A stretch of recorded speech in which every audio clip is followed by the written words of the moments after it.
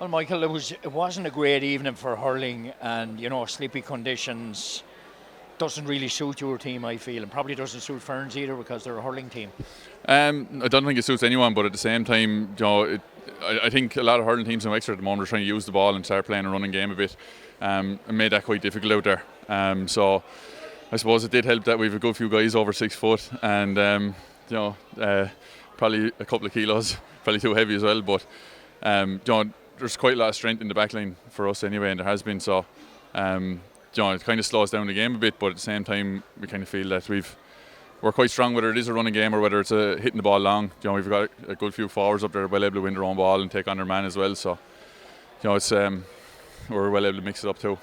Yeah, unfortunately, not a great evening for scoring. I think you only scored 3 points in play, but it doesn't matter. I suppose it's what the scoreboard says at the end, doesn't it? Yeah, there was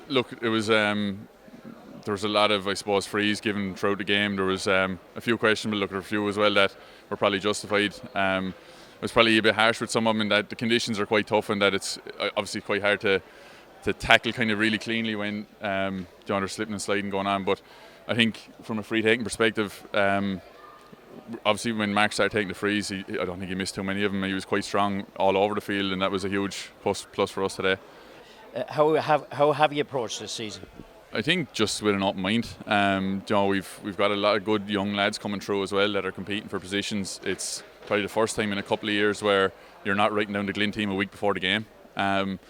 There's no one actually guaranteed a place at the moment, and it's quite competitive. And the young lads are kind of fearless enough. When you have a young lad at 18, 19, like Derek Harley there at the moment, is absolutely flying in the middle of the field. Blossomed in the second half, didn't he? Absolutely, he is. He's a really strong player. So when you've lads like that who have, it's their first taste as senior and they're just wanting to go at it, and they've no fear.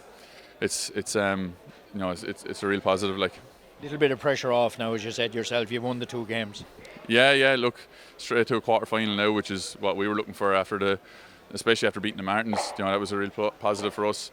It gives us that extra bit of extra week, I suppose, to kind of concentrate on ourselves a bit and not have to worry about a potential kind of, I suppose, curveball in a relegation game, because I suppose with them relegation qualifier games, anything can happen in those.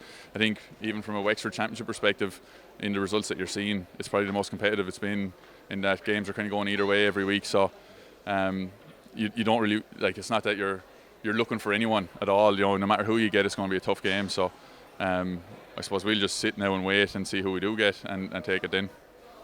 Well done this evening. Thanks very much, Liam. Thanks, Myers.